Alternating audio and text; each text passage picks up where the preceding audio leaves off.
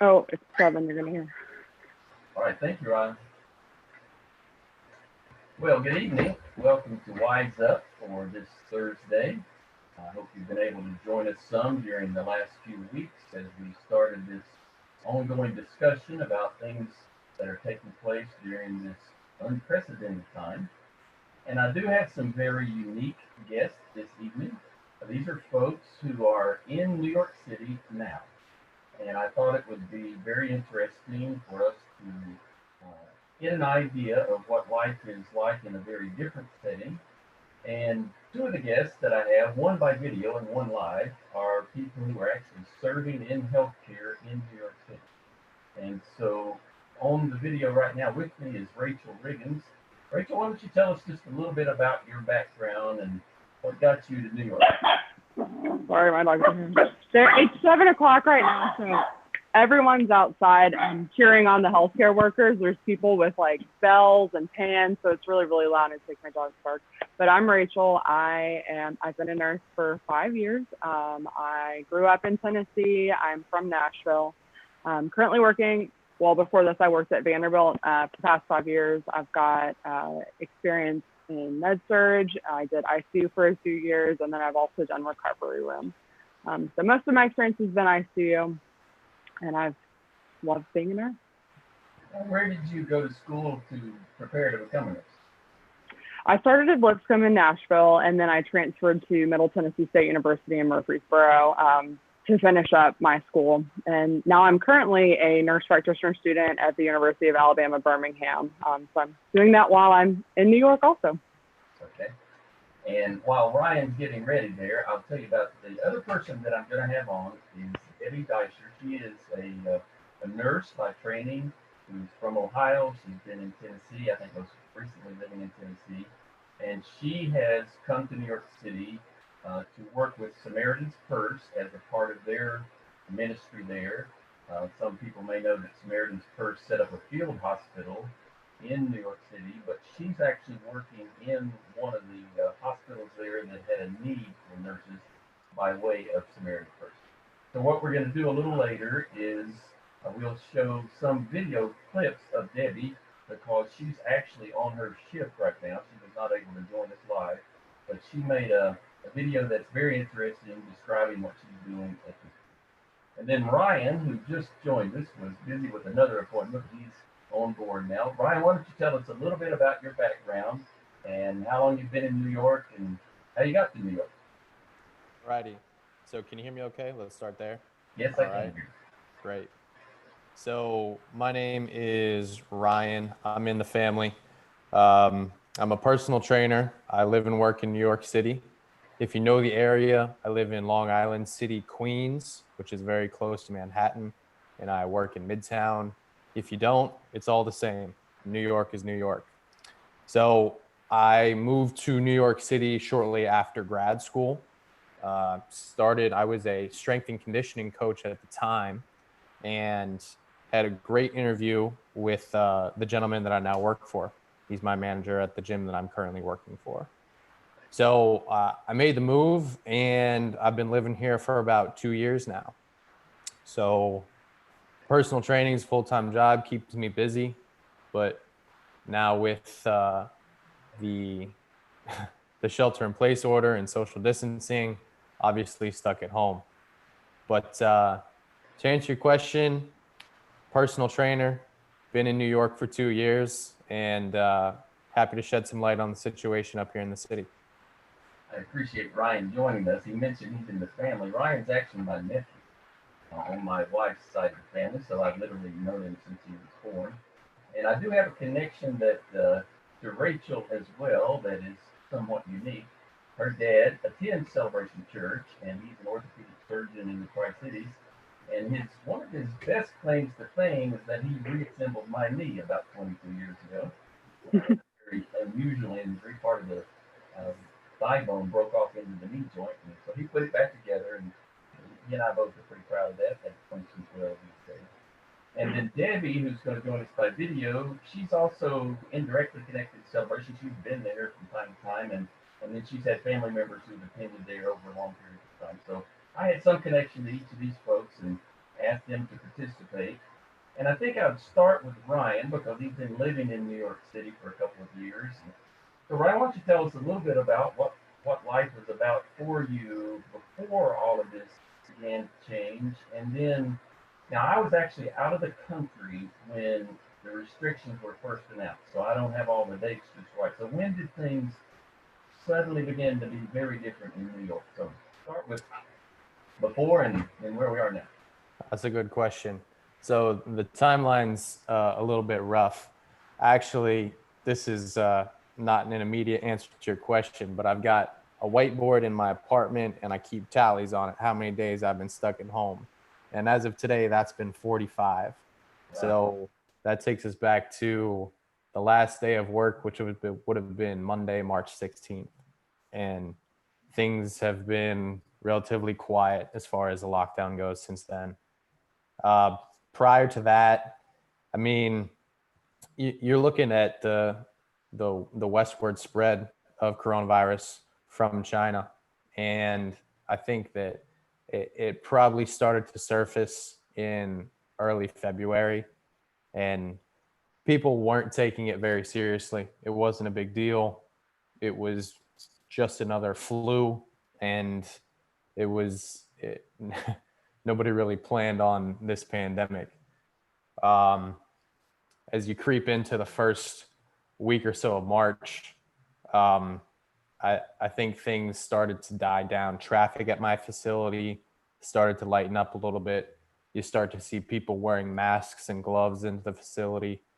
And keep in mind, this is coming from a small personal training gym. So this is not a Planet Fitness. This is not a Crunch and Equinox where anyone can have a membership. It's one-on-one personal training. So you're looking at a maximum of maybe 10 or 12 people in the facility at all times. It's a very, very controlled environment. So things like that start to be contagious. And maybe that's not the best word for it, just given the present situation, but you get the idea that somebody sees somebody wearing gloves, somebody sees somebody wearing a mask, and they start to think differently about the entire setup. So I would say maybe like the second week of March is when people started to really get serious about this. That's when clients stopped coming to the gym. That's when people were getting orders to work from home, or companies and offices are sectioning up the amount of traffic allowed in their facility. For example, if you take a company of 600 people, you have split them into 3 200 blocks. The first block is in the office on Monday. The second block is in the office on Tuesday. The third block is in the office on Wednesday. And then you recycle. So there were efforts to reduce the amount of traffic as far as overlap in public places. Was that gradual at first, or did it happen very quickly? Well, I think after the 1st of March, it became a popular trend. Particularly in New York, you're talking about a very congested area. So not only does news travel fast, but so do trends, right? So as soon as one company starts doing it, you see a lot of people doing it. So as far as the minimized traffic in certain companies and offices and buildings, I think that popped up pretty quickly. And when I was furloughed that would have been the beginning of the 3rd week of March, that's when everything started to shut down. So you start to see everyone working from home. You start to see people migrate out of the city. There's a large number of people that own second homes, vacation homes on Long Island, out in the Hamptons, north and upstate, out of town in Connecticut, even down south in Florida. And that's where you see a lot of people relocate to because they don't want to be in a congested area like the city.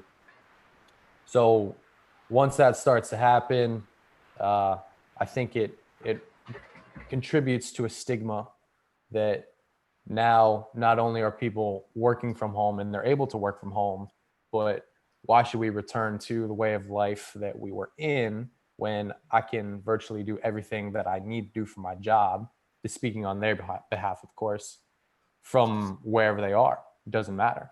As long as they can call in, as long as they can access a certain software, they can work virtually. So it's great for the safety of people that were working in the city. But then you see bars, you see restaurants, gyms, and small business owners. Those are the ones that are getting hit pretty hard. And I think that's what people are starting to realize now. Now we see pictures of basically empty streets in New York City. Yeah. So as you have to go out, I guess, to get some food and things like that occasionally. So what do you encounter? Well, it's interesting you should bring that up. Right now, I'm using a bike as transportation. So it's actually funny. Stop me if I start to ramble here, but the Monday, March 16th, I took the train. I normally take the train to work, and I get on the subway. I take it 2 stops. I get off and I walk a couple blocks up to my job. Well, you have a Metro card, and on your Metro card, you load funds. So you swipe through the turnstile, get on the train, and go. But you can save a little bit of money if you pay monthly or if you pay weekly. So my monthly subscription for my train pass was up on that Monday. And I'm thinking, you know what? I don't know if I'm going to pay for my monthly fee. So I instead loaded it up with about $10 instead of the 130 something that it normally is. I swipe in, and sure enough, we got for load that day. So it was kind of uncanny. But to answer your original question, street traffic is way down, way down. You can ride your bike from the bottom of Central Park, which is 59th Street, all the way down to Times Square on 7th Avenue. It's a 6 or a 7 lane street. You won't pass a single car in 15 blocks. It's crazy. You see pictures of Times Square, nobody's in it. But places like Central Park, places like sidewalks, there's a lot of foot traffic. People want to be outside. People are tired of being cooped up. So it's, you're between a rock and a hard place as far as preserving safety and preserving sanity, because you got people in tiny New York City apartments like mine. You keep them there for 6 weeks, they're naturally going to go outside. So street traffic is down. You can ride your bike anywhere and probably get there faster than you ever could have before, by taxi, by subway, walking, anything. But people are out of the city, and the people that are still in the city are taking full advantage of the ghost town that is Times Square, the Brooklyn Bridge, Statue of Liberty, things like that. It's weird. It's really weird.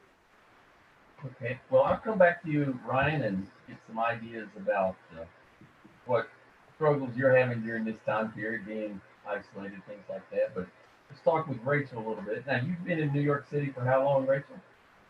This is my 2nd week. I'm going on my 3rd week now. Okay. And you mentioned you're a nurse by background. You were working in ICU at Vanderbilt. Yes. Been there for how long? 5 years. So I did about 2 years of med surge, and then since then I've been in some sort of ICU role at Vanderbilt. And so you became aware of the need for nurses in New York City because of the virus situation, and decided that you had interest in going there to serve. So tell us a little bit about that process and why you felt led to do that. So we in Nashville, Vanderbilt's a huge campus. We heard pretty quickly about the coronavirus outbreak. I'm a part of a lot of different nursing pages on social media, so I started hearing a lot about how bad it was getting in places like Seattle and places like New York. And we at Vanderbilt were okay. We're preparing. We're ready. We've started social distancing. We are not allowing visitors. We've cut our surgeries, all that different stuff. So we were preparing to get busy. And I guess thankfully that never happened. We social distanced fast enough in Nashville and in Tennessee as a whole that we were fine. So I started thinking, okay, you know what? You've got all the skill. I'm young, I'm healthy, thank the Lord, and my parents are healthy, and I don't have kids. So I decided, I was like, you know what, I've been given this gift as a nurse for a reason. I have my ICU experience for a reason. I've been at Vanderbilt, which is a great, great teaching facility for a reason. So I think I started truly looking into coming down here, probably in the beginning of March. Time is all blurring together now. Probably the middle of March. And it became a reality whenever I had some people reach out and they were like, hey, we really need ICU nurses. We're struggling. They had, I think, like 2,000 ICU nurse needs one weekend. And I just kept feeling pulled and pulled and pulled that this is the right decision and I could actually come up here and be useful, because I wasn't doing much at Vanderbilt. Most of our staff was getting called off because our hospital was only like a third full.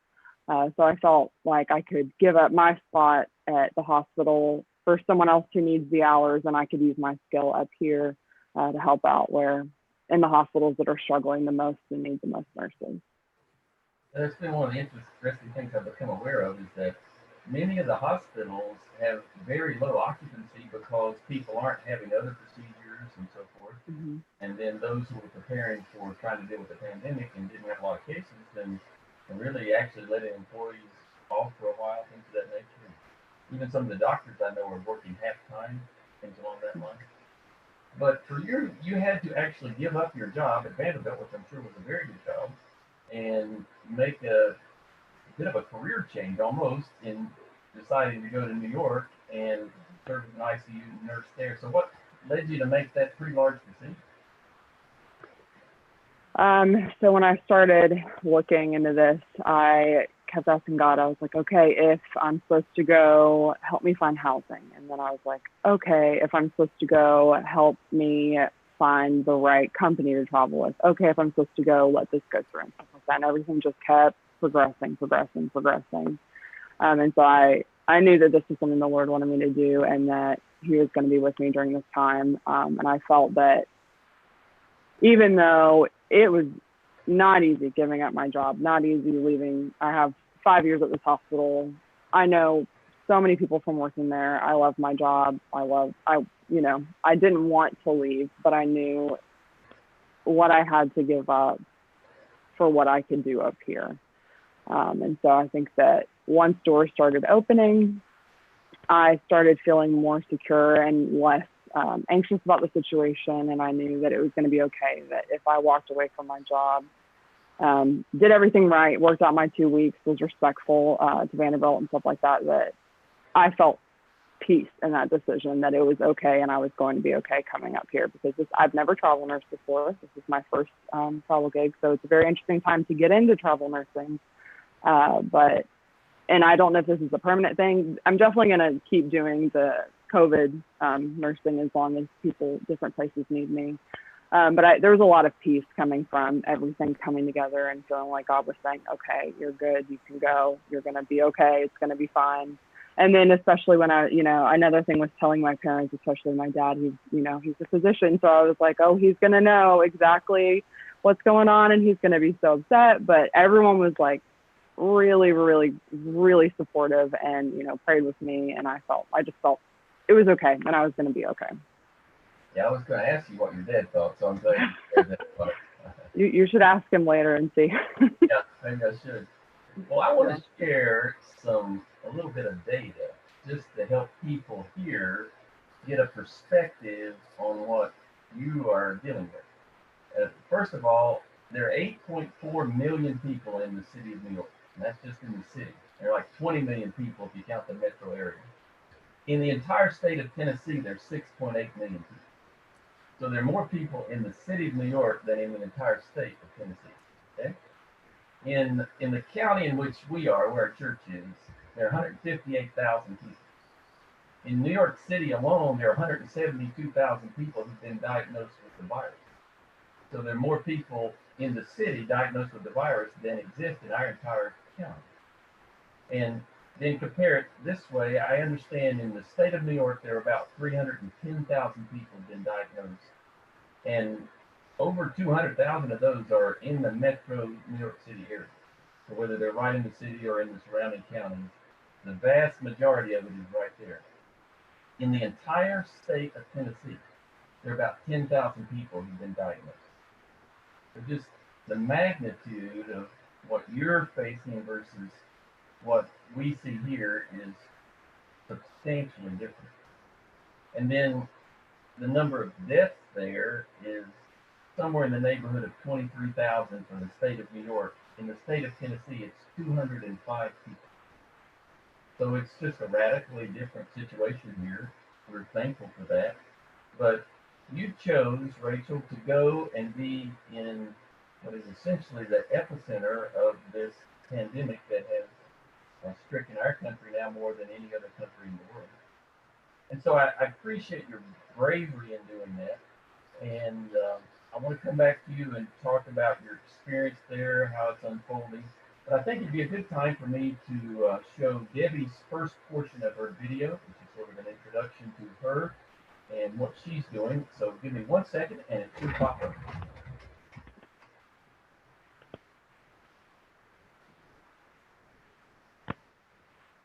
Me to participate in a Zoom tomorrow night, and unfortunately that's not good timing for our shift change. So I'm going to try and answer some of his questions, and I'm going to try and keep it a little bit shorter than my original video I just tried to do, guys.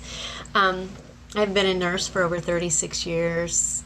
Some of you may know me. My background is mostly critical care. I've done some trauma, and presently work in a recovery room and kind of been working part-time.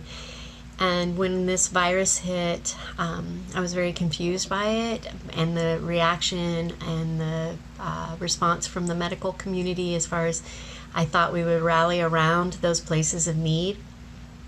So when I saw that Samaritan's Purse was coming up here and I was not working as much at my job, I reached out and did an application, and I'm telling you, like that, it was about a week from putting in the first paperwork to being offered an assignment to come up here and work with them.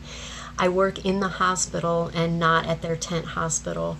That was a conjunction thing that they did with Beth Israel, as far as they opened up some of their closed floors that they had in a old part of the hospital to try and get all their COVID patients together in those areas. So that's what we're doing with Samaritan's Purse here. And why did I decide to come?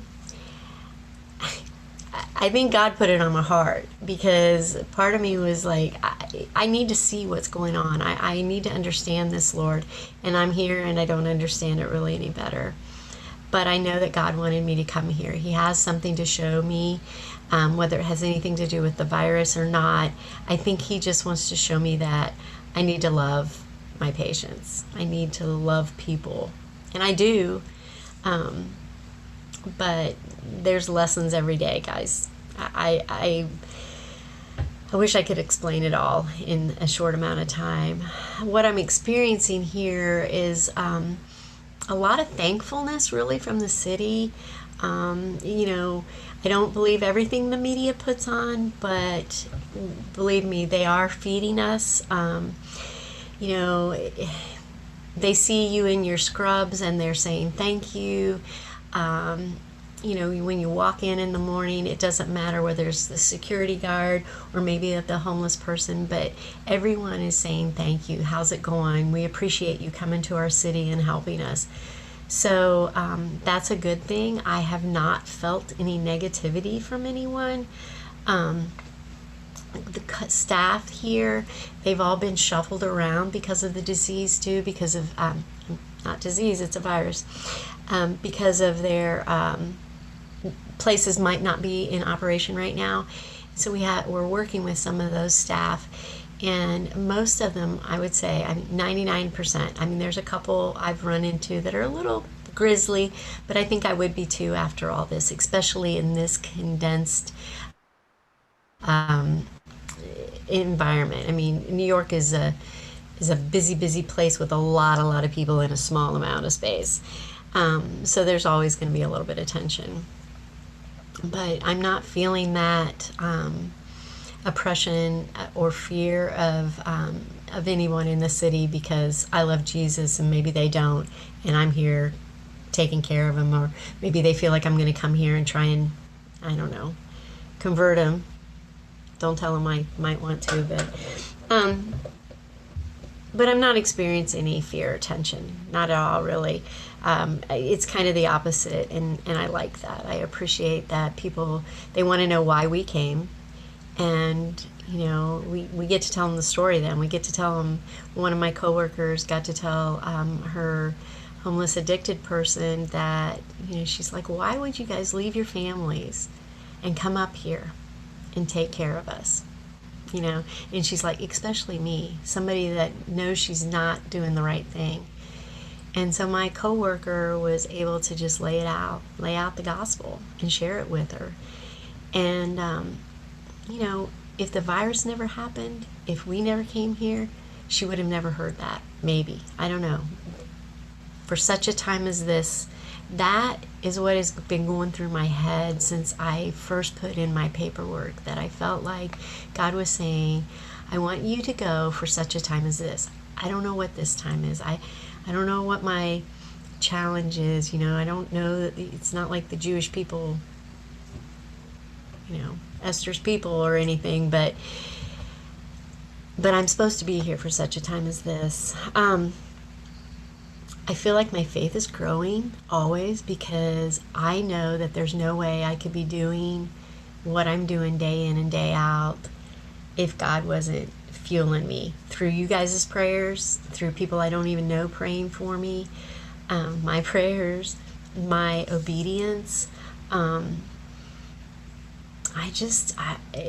feel like it's a time of growth. Yeah, it's hard, guys. I have not worked 12-hour shifts in a long time, and not with wearing all the gear we're wearing and taking care of patients that I'm not used to taking care of, maybe. Actually, they put me in charge, and I haven't done that in a long time, so I'm supposed to be a boss, and with people I don't even really know. And yet God provided me. I said yes, and I told my team today, I said yes. I didn't want to say yes.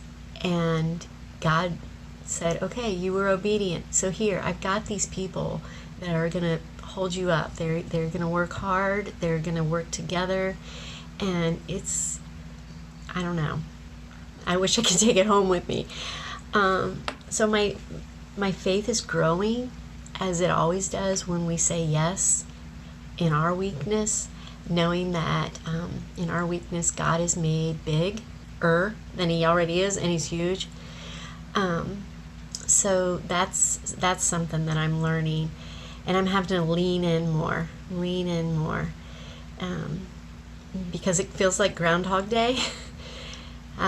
We're working 12-hour shifts. I haven't had a day off. I had a couple hours off yesterday. Well, not really off. I took a long lunch. How's that? But God's providing for us in that, you know, New York is supportive, and even places are offering up food and things like that. So Okay, I'm going to stop her right there for now, and we'll come back to her in a little bit. But Ryan, I'd like to come back to you, and before we start talking about the medical side of things, just tell us a little bit about what it's been like to be pretty seriously isolated now for 45 days. I mean, in Tennessee, we've had a sheltered home order and things of that nature, but by and large, people could still get out and walk and go to the park, and some of the parks were open, some of the state parks were not. But I would think that it's been a good bit different in New York. So what's the experience been like for you? Well, I first want to acknowledge what Debbie just brought up, and let some other people know that may not be living in New York right now. Based on the numbers that she read and the experiences that she described, I think there are a lot of people here that are very, very grateful for the outside help that is coming in. And as dense as New York is, it may not seem like a big gesture if you don't live here or if you don't know the city, but 7 p.m. on the dot every night, people are opening up their windows and cheering, like clapping their hands, saying thank you, whistling, screaming, and it happens every single night. Now, is everybody working 12-hour shifts, Rachel? Is that what's going on, and that's why it's at 7 o'clock usually? Yeah. So typically shift is like 6:45 to 7:15, but in the beginning of the video, like when this started, that was what was going on outside. And I don't, you probably couldn't hear because I'm wearing my earbuds, but people are outside like banging their pots and pans, and it's like it's crazy to hear, but it's really cool. Yeah, it's pretty inspirational. So I wanted to make sure I introduced that because as bad as it is being cooped up for a month and a half, it could be worse. So I want to start off saying that. And I am also safe and healthy. So I don't want to paint a terrible picture because I'm very fortunate in the situation that I'm in. But to be more specific, it's challenging, and more so in the sense of a fondness for what you used to have as far as human interaction, structure, a commute, like things that just seemed so boring, so monotonous about life 2 months ago are the elements that I'm missing. So your grass is always greener argument 100% applies. I miss going to the grocery store. I miss taking the train. I miss seeing people that I didn't even enjoy seeing before, let alone the people that I actually did. So as judgmental as that comes off, the take home is that it couldn't be more different. So I've got a roommate. As soon as we were furloughed, he packed up and he drove home. So he's with his parents. So on good days, I'm happy that he's not here because I have more space to myself. I don't feel crowded. I'm not trying to share a very small space with another human. On bad days, I wish he was here. I wish I had somebody to talk to. I wish I had somebody to bounce ideas off of, play games with, play cards with, watch TV with, things like that. So I may be in the minority of people that are quarantined by themselves because I live alone. But there are upsides and downsides to that. So moving a little further into the question, I think now it's more so an issue of how can we create structure out of lack of structure. So now I'm leaving the house to exercise outdoors. I'm leaving the house to go to the grocery store, and that's about it. So sometimes being inside makes me feel safe, but sometimes being inside, as I referenced before, makes me feel less secure about the situation that I'm in because I'm trapped inside a box. So I do like finding excuses to go outside, to go on walks after meals, to maybe go to the grocery store, even if I don't absolutely need some food, but because I would be normally going more frequently. And that's when some of the fear starts to creep into play because you see other people with masks. You see people waiting 6 feet apart outside of the grocery store to get in. There are like strictly enforced occupancies in grocery stores, in essential services that are still open, like places like the post office, for example. But it's unfortunately becoming the new normal. So I'm putting my best foot forward as far as staying optimistic about how things could be worse, and that I'm still healthy, I'm still safe, I'm still able to get to the grocery store. And then I'll finish up with one final thought. This is specific to personal trainers, but there was a company called the Give Program. I had never heard of them before, but one of my coworkers let me know about them. And it's a company that, whether they existed before COVID or not, I'm not sure, but specifically for personal trainers and fitness professionals who have lost income at this time, they're sending out a box of protein. So this company that I've never heard of sent me 5 pounds of chicken, 2 steaks, some shrimp, some salmon, and it was delivered in a freezer protected box right outside my door. And all they asked was that on their social media page, you give them a thank you and you tell more people about it. So I'm very fortunate to be in a situation where other people are looking out for people like me. And I think that's the resounding theme. And Debbie mentioned this too. I think this is bringing out a lot of good in people. So happy to report that. Well, thank you for sharing that. And I want to come back to you in a little bit about what good things are you seeing maybe in yourself or in things around you. Sure. Well, Rachel, we'll go to you. Now, I must say, I've been in ICUs several times because I am a pastor and I'm often there with somebody who's going through a difficult time in life. And I have enormous respect for ICU nurses. I really do. My own wife was in ICU for 10 or 12 days, and just really appreciated the ministry that you folks have. I think a lot of people, first of all, would find your profession difficult because you deal with a lot of difficult things.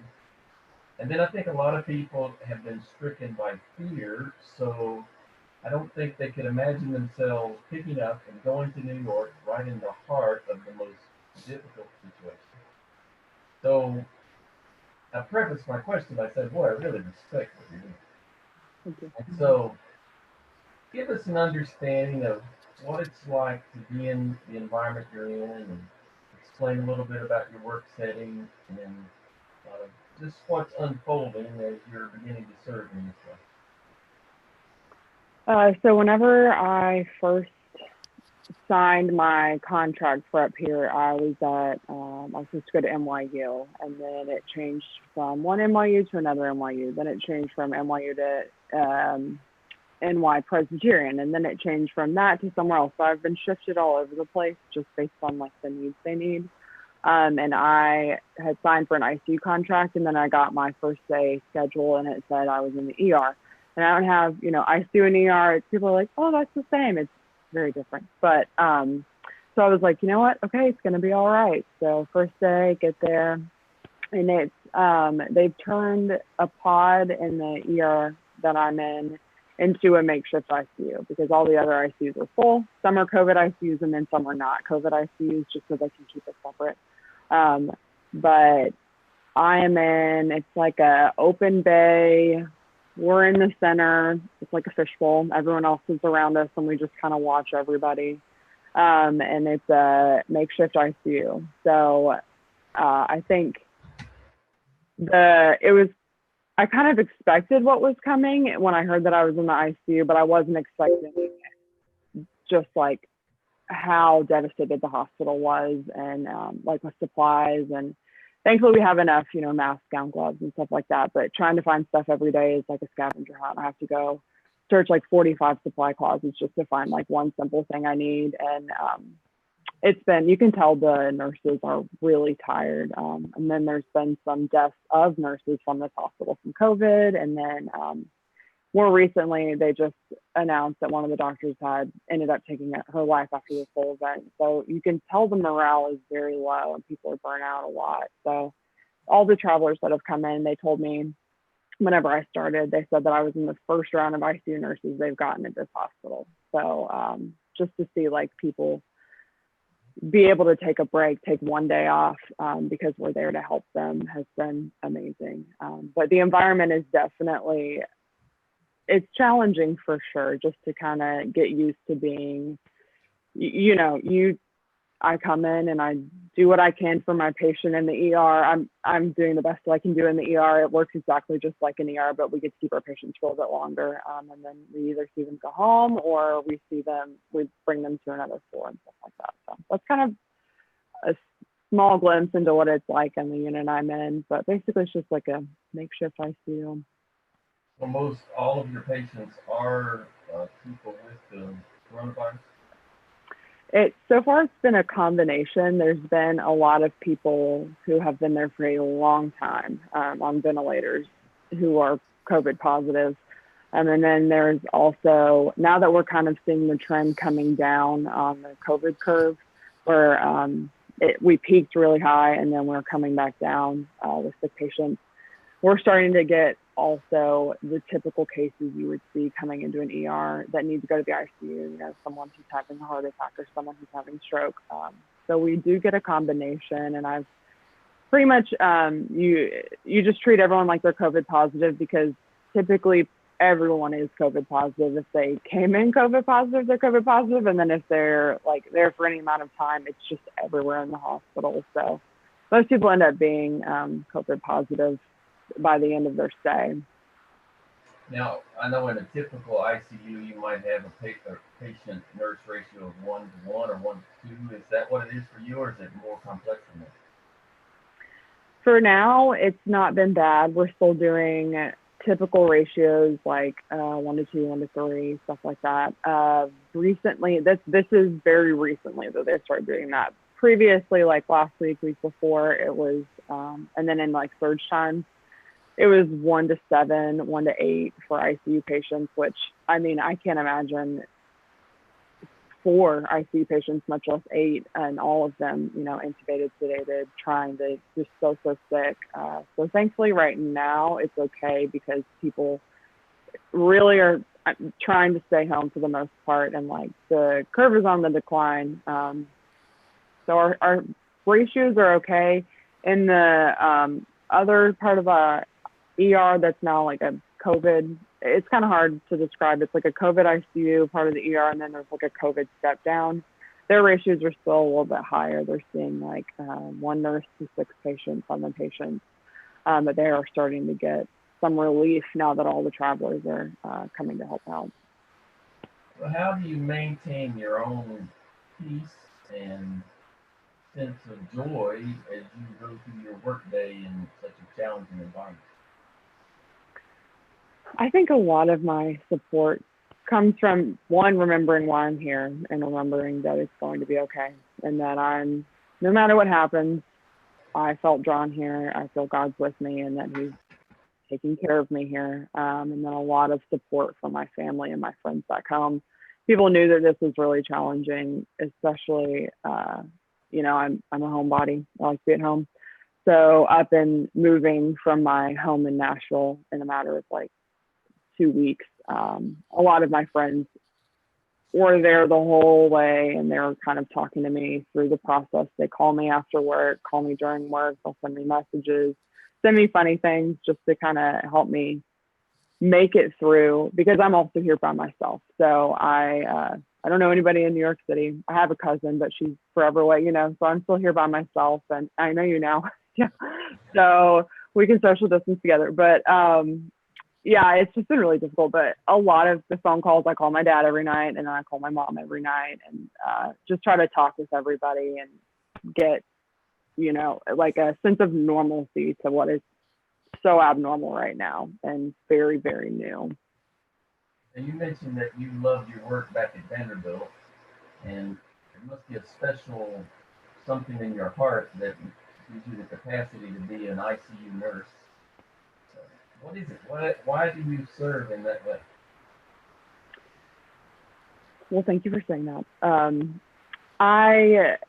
Oh gosh, I don't know. So when I started nursing, I was the typical person that, like, if you put an IV in my face, I would pass out. And that's honestly exactly how I was the first year of nursing. And then I started, whenever I got my experience on med surg, doing more basic step down after surgery patients, I started becoming more interested in, I would see the patients recover and go home. So I was like, you know what, I've had this experience. Now I want to take care of them in the worst times. And I think that I loved my interactions with my patients, and I love my interactions with my families, and seeing how I impacted someone's life, or I could try to impact their life at least.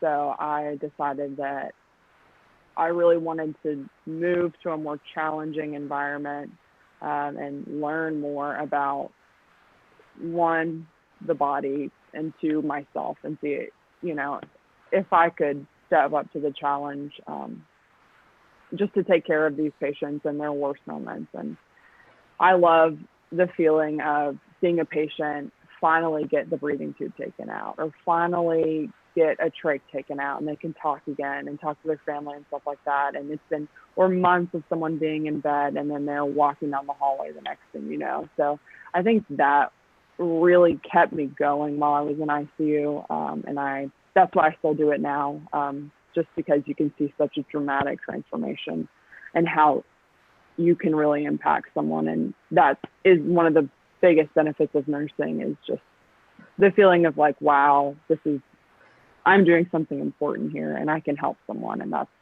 why I've stayed an ICU nurse, and who knows how long I'll do it, but any type of nursing where I can help someone, that's just what I've been drawn to. And it's probably because my dad, that's how I've seen him with his patients for so many years, and everyone loves him. So, you know, seeing his care and how he draws people to him and just the way he treats people. That is what that's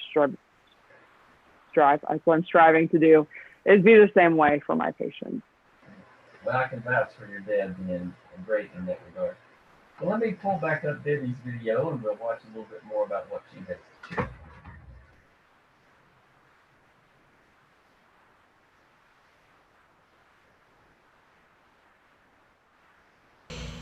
I'm feeling very supported from the community here too. And I knew that was going to be a challenge in some ways because I've heard rumors in the media, about us being here. But I'm not feeling that. None of us have. And even the people that have been in the tents, we got a chance to go over to the tent last night and see it. And they are not seeing that either, not the oppression. I can say that from the work that people were doing in the tent, there have been people that have gone through this virus that have come to know Jesus because we've been here. The team's been here. Same in the hospital now. The Samaritan's Purse has kind of moved into the hospital setting. We're on 2 different floors, and people are asking why are we different, and why are we able to do this? And we get the opportunity to share with them why. And it's cool. And like little things, like we're in this hospital and we had to be reminded that on Sabbath, Shabbat, the elevators, there's one elevator. It just goes up and down and stops at every floor. And we had to be reminded too that if a patient calls you in and wants you to do something, move something, it's because it's their faith and their belief. I love that. I get to ask them questions. I get to learn. I get to hopefully share with them. So that's really, really great. We get to pray with people, and we've done that a few times. So, a couple of the questions that Robert asked were just why questions of why New York and why this and why this time maybe. And again, I just have to go with Esther and for such a time as this. I'm not sure what this virus is all about, but I know what I am sure about. When I was speaking with a patient yesterday, she's like, I got to keep it simple. And I said, I do too. And I said, when it gets hard, I remember 2 things that, all the way through the Bible, I got mine right here, all the way through the Bible, God says 2 of the greatest commands: love Him and love my people. Love others. Those are the 2 greatest commands. That's why I'm in New York, guys. I don't know what else to say. I love God, and I feel He asked me to come up here to love His people and to be His hands and feet, and that's humbling. It's a little scary, but I know I can do it with His strength. And so we'll see where the next 30 days go.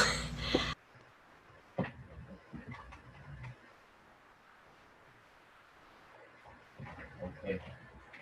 Well, Brian, how about sharing with us what good things you've been able to see in the midst of it? I've been talking with people here that they've seen quite a few good things.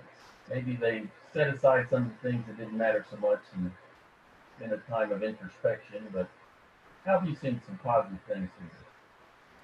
Well, understand that the way I view things, it kind of revolves around fitness. It's a job for me. It's a bit of a lifestyle. So I'll present it with a little bit of bias, and then I'll try to present it more objectively.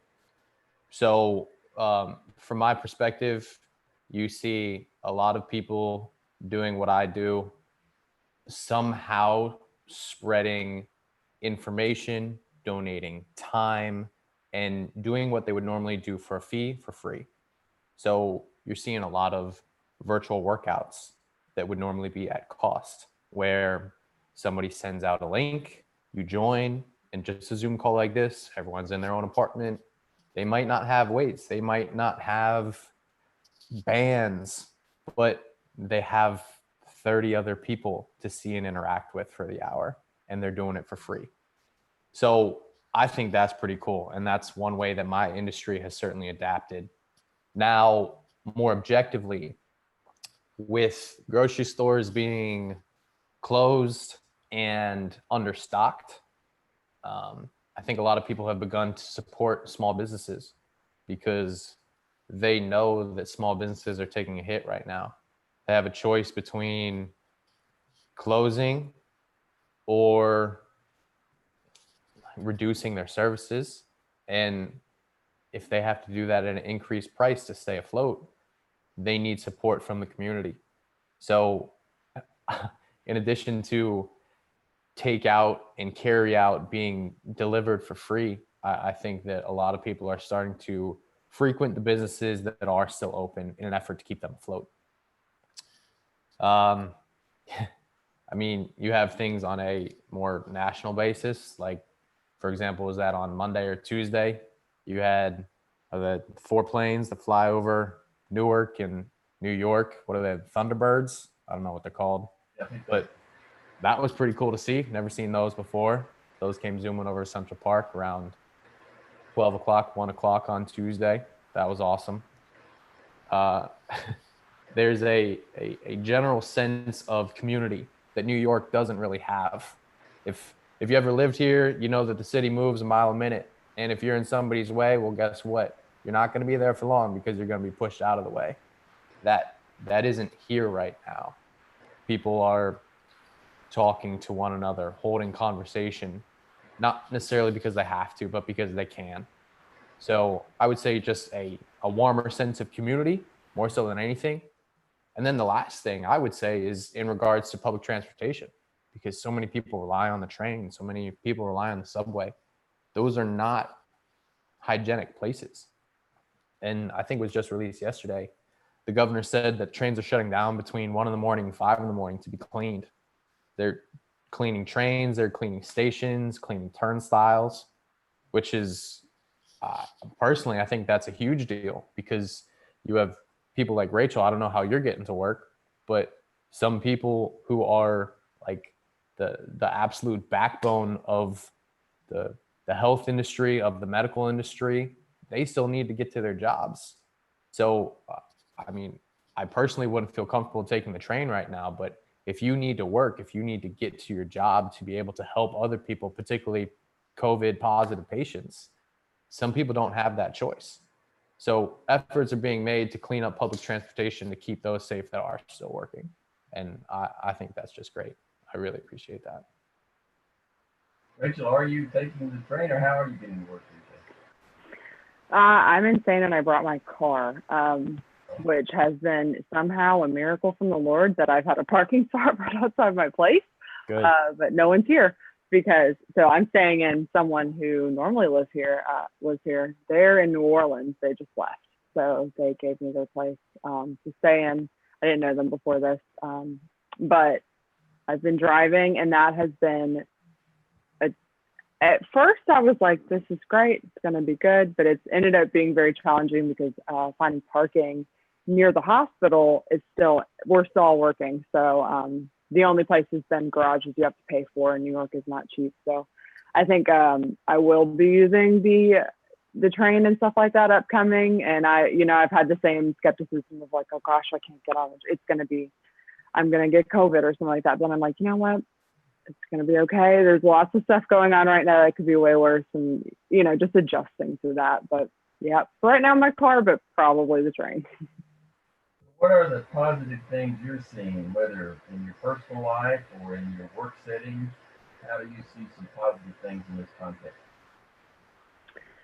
A huge thing, like Ryan was saying, is places giving out things that for free that you usually have to pay for, like food. I haven't paid for a single meal when I work at the hospital. There's literally 11 o'clock, 12 o'clock, 1 o'clock, 2 o'clock, different businesses bringing in lunch, bringing in dinner, people bring in breakfast, and just all out of their own pocket. They bring it for the whole hospital. So that has been such a blessing. Anyone who knows nurses know we like food.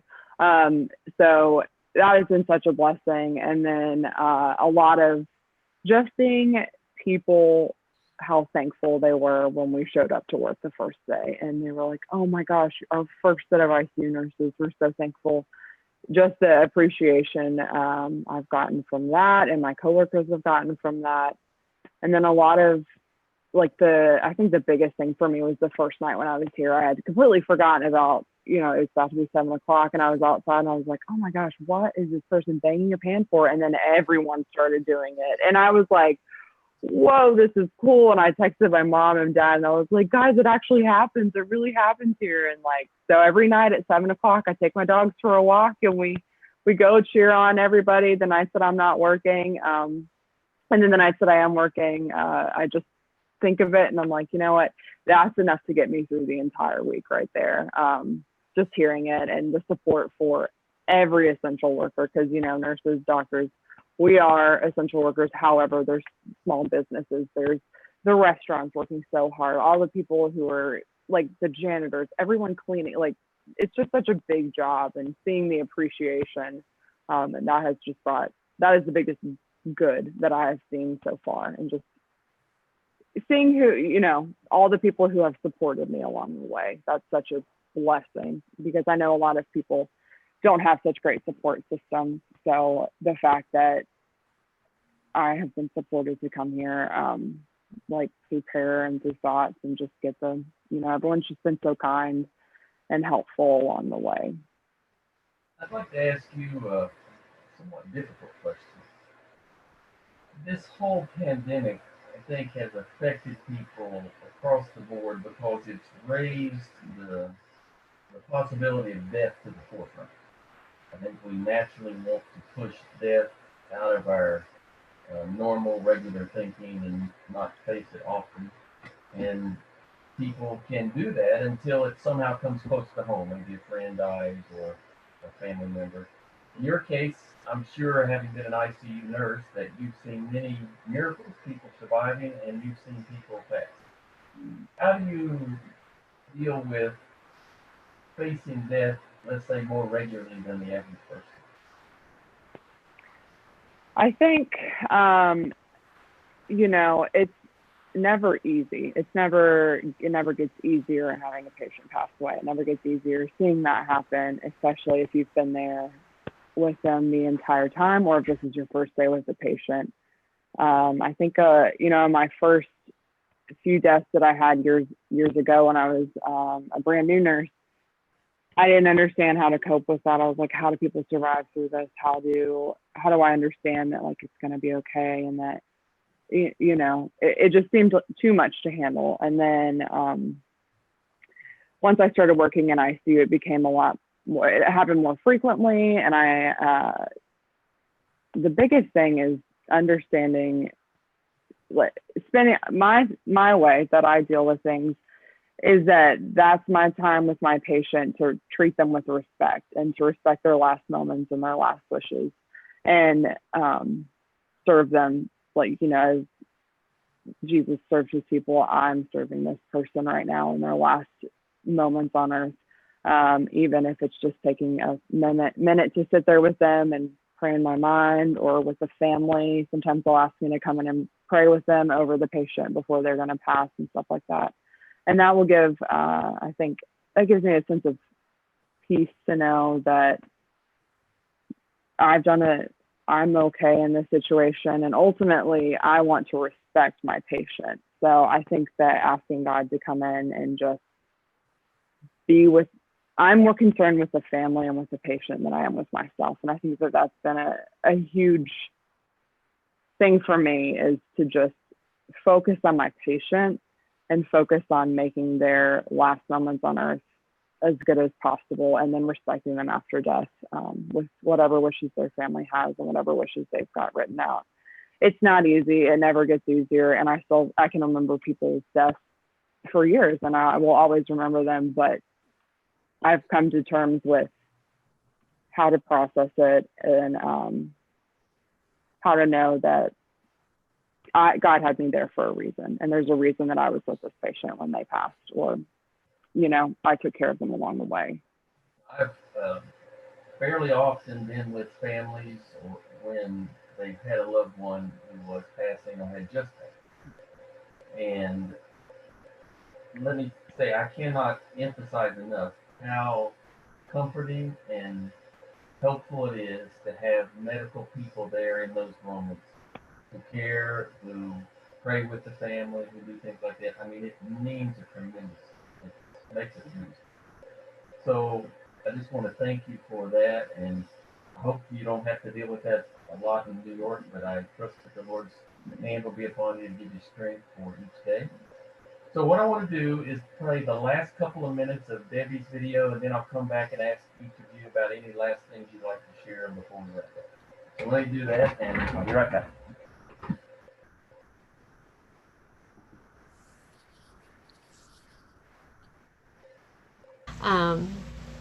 And I'm anxious, not anxious, but I'm looking forward to see where God is going to grow me and hopefully bring a revival through this city. It needs it. We all need it. We need to not live in fear. We need to stay away from that little squawk box in the back that is trying to incite fear in us, because there's no fear in God. And that's what I want people to know, is we shouldn't be walking around so afraid. We should be smart, yeah, but we shouldn't be living in fear. And I feel like that's been really sensationalized, and that's hard to tamper down in society sometimes, especially when it just starts going.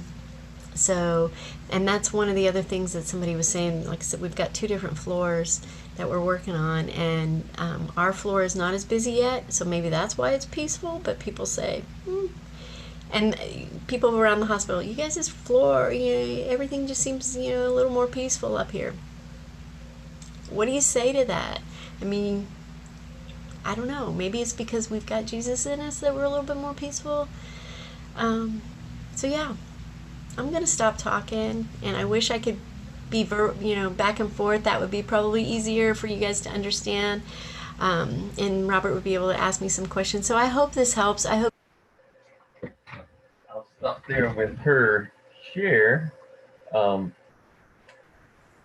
But I do appreciate very much Debbie making that video.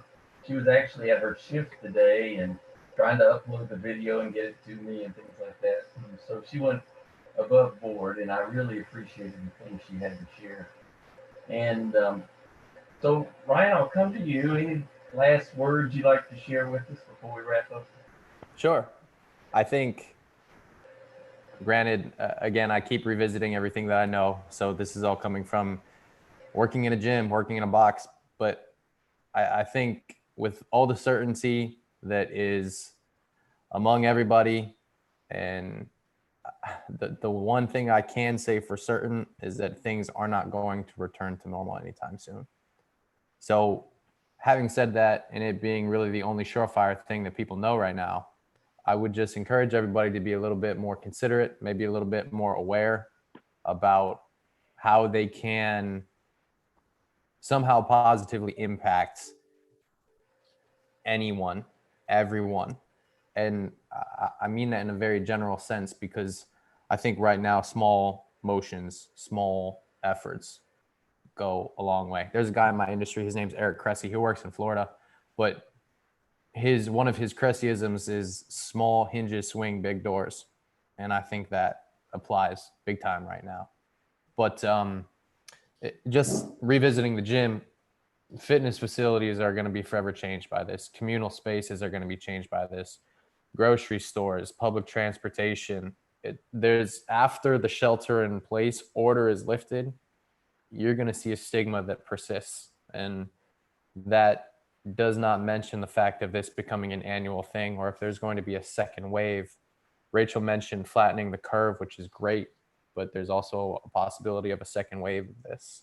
So with that threat looming, I would just encourage everyone, myself included, to be a little bit more aware of how they can make somebody else's day, how else they can take another step forward to somehow support the small business in your neighborhood, or to,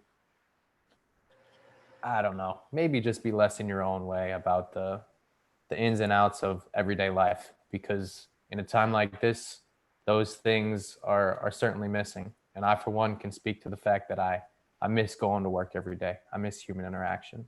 So check on the people that you haven't checked on. Send texts, make FaceTime calls, make that extra effort, because somebody will appreciate it in some way, shape, or form.